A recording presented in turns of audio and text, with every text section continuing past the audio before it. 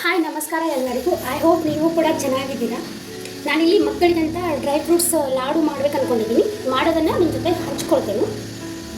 ನೋಡಿ, ನಾನಿಲ್ಲಿ ಬಾದಾಮನ್ನು ಈ ಥರ ತೊಗೊಂಡ್ಬಿಟ್ಟು ಈ ಥರ ಮಿಕ್ಸಿಯಲ್ಲಿ ಪುಡಿ ಮಾಡಿ ಇಟ್ಕೊಂಡಿದ್ದೇನೆ. ಹಾಗೆ ಗೋಡಂಬಿ ಕೂಡ ಈ ಥರ ಪುಡಿ ಮಾಡಿ ಇಟ್ಕೊಂಡಿದ್ದೇನೆ. ಆಮೇಲೆ ಸ್ವಲ್ಪ ಖಜೂರ ತೊಗೊಂಡಿದ್ದೇನೆ.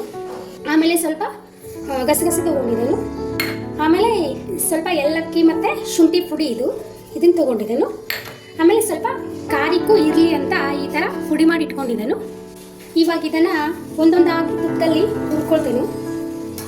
ಇವಾಗ ನೋಡಿ, ಒಂದು ಸ್ಪೂನ್ ಬಾಣಲೆಗೆ ತುಪ್ಪ ಹಾಕಿಬಿಟ್ಟು ತುಪ್ಪದಲ್ಲಿ ಒಂದೊಂದಾಗಿ ಹುರ್ಕೊಂಡ್ಬಿಡ್ತೇನೆ. ಇದನ್ನು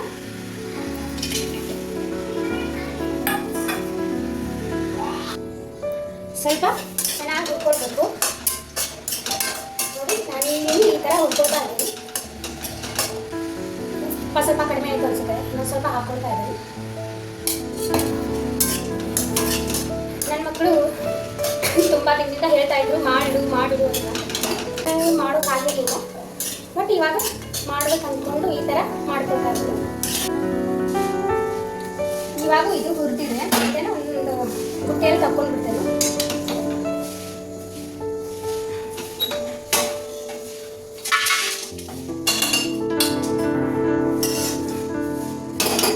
ಗೋಡಂಬಿ ಪುಡಿ ಇದೆಲ್ಲ ಅದನ್ನು ಹುರ್ಕೊಳ್ತೇನೆ.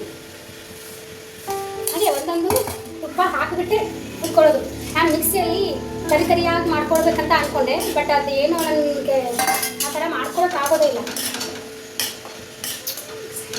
ಆದರೂ ಕೂಡ ಒಂದು ಮಟ್ಟಿಗೆ ಮಾಡ್ಕೊಂಡಿದ್ದೀನಿ.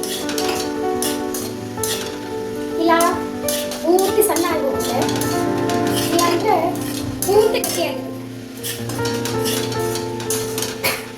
ನಮ್ಮ ಮಮ್ಮಿ ಮಾತ್ರ ಅದನ್ನು ಚೆನ್ನಾಗಿ ಮಾಡ್ತಾರೆ ನೋಡಿ. ಹೇಗೆ ಬೇಕೋ ಹಾಗೆ, ಗಟ್ಟಿ ಬೇಕಾದರೆ ಗಟ್ಟಿ ಮಾಡ್ಕೊಳ್ತಾರೆ, ಸಣ್ಣ ಬೇಕಾದರೆ ಸಣ್ಣ ಮಾಡ್ಕೊಳ್ತಾರೆ. ಮಿಕ್ಸಿ ಅವ್ರ ಮಾತು ಕೇಳುತ್ತೆ, ನಮ್ಮ ಮಾತು ಕೇಳೋದು. ಇನ್ನೊಂದು ಸ್ವಲ್ಪ ತುಪ್ಪ ಹಾಕೊಳ್ತಾ ಇದ್ದೀನಿ.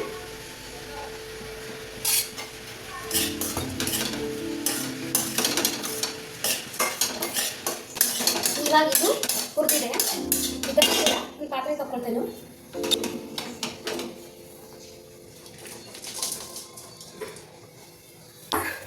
ಇದನ್ನು ಹೇಗೆ ಹುರ್ಕೊಂಡೆ ಹಾಗೆ ಸ್ವಲ್ಪ ಖರ್ಜೂರ ಕೂಡ ಫ್ರೈ ಮಾಡಿದ ಥರ ಮಾಡ್ತೀನಿ.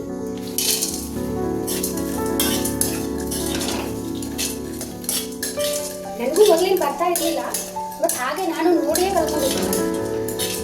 ಕಲ್ತ್ಕೊಂಡ್ಮೇಲೆ ಮಾಡ್ಕೊಳ್ತಾ ಇರ್ತೀನಿ. ಇದು ಕೂಡ ಒಂಥರ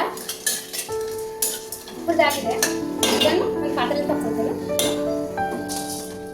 ತಗೊಂಡೆ ಇವಾಗ ನೋಡಿ, ನಾನಿಲ್ಲಿ ಈ ಥರ ಮಣ್ಣು ಕೂಡ ಅದ್ರೊಳಗೆ ಸೇರಿಸ್ಕೊಳ್ತಾ ಇದ್ದೀನಿ. ತಿನ್ನೋಕೆ ಚೆನ್ನಾಗಿರುತ್ತೆ ಅಂತ. ನನ್ನ ಮಕ್ಕಳು ತಂದು ಇಟ್ಟಿದ್ದೀನಿ, ಇದನ್ನು ತಿಂತಾನಿಲ್ಲ. ಅದಕ್ಕೆ ಉಂಡಿಯಲ್ಲಿ ಮಿಕ್ಸ್ ಮಾಡಿ ತಿನ್ನಿಸಿಬಿಡ್ತಾರೆ.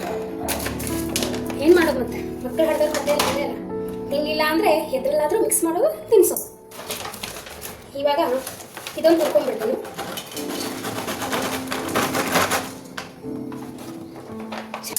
ನನ್ನ ಮಕ್ಕಳು ಹೇಳೋಗಿದ್ದಾರೆ ಇವಾಗ, ಮಮ್ಮಿ ಅದರಲ್ಲಿ ಮಣ್ಣು ಹಾಕಬೇಡ ಅಂತ.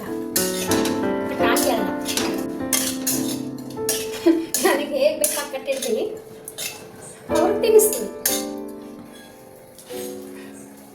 ತುಪ್ಪನೂ ಮಾಡಿರ್ತೀನಿ, ಅದನ್ನು ತಿನ್ನಲ್ಲ. ಹಾಗಾಗಿ ನಾನು ಈ ಥರ ಏನಾದರೂ ಮಾಡ್ತಾ ಇರ್ತೀನಿ. ಒಟ್ಟಿನಲ್ಲಿ ಎಲ್ಲನೂ ತಿನ್ನಿಸೋದೇ ಅವರು. ಇವಾಗ ಇದು ಆಗಿದೆ, ಇದನ್ನು ಪಾತ್ರೆ ತಗೊಳ್ತಾ ಇದ್ದು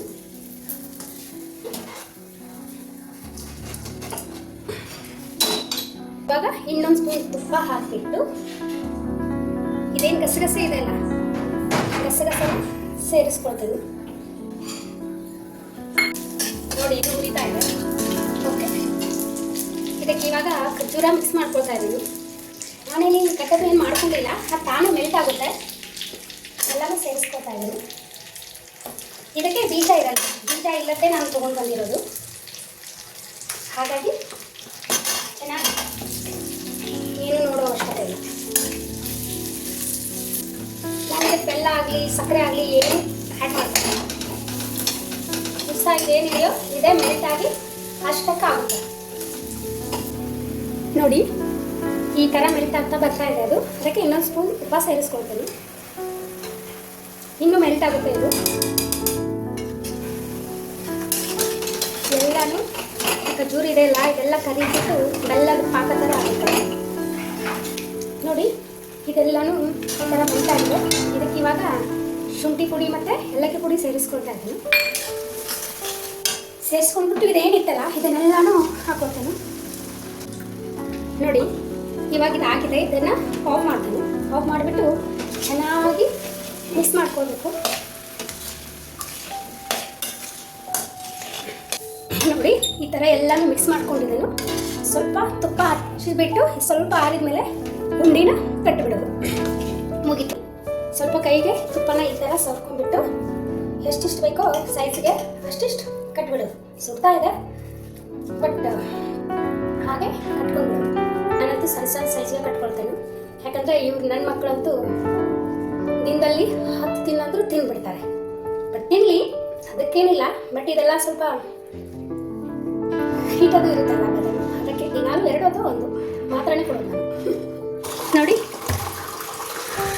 ಫೈನಲ್ ಆಗಿ ಈ ಥರ ಉಂಡೆಗಳನ್ನು ರೆಡಿ ಮಾಡ್ಕೊಂಡು ತುಂಬ ಚೆನ್ನಾಗಿರುತ್ತೆ. ನೀವು ಕೂಡ ಮಕ್ಕಳಿಗೆ ಮಾಡಿಕೊಡಿ, ನೀವು ಮಾಡಿಕೊಂಡು ತಿನ್ನಿ. ನಾನು ಮಾಡಿರೋದು ಇಷ್ಟ ಆಗಿದ್ದರೆ ನೀವು ಕೂಡ ಒಂದ್ಸರಿ ಮನೆಯಲ್ಲಿ ಟ್ರೈ ಮಾಡಿ. Thank you.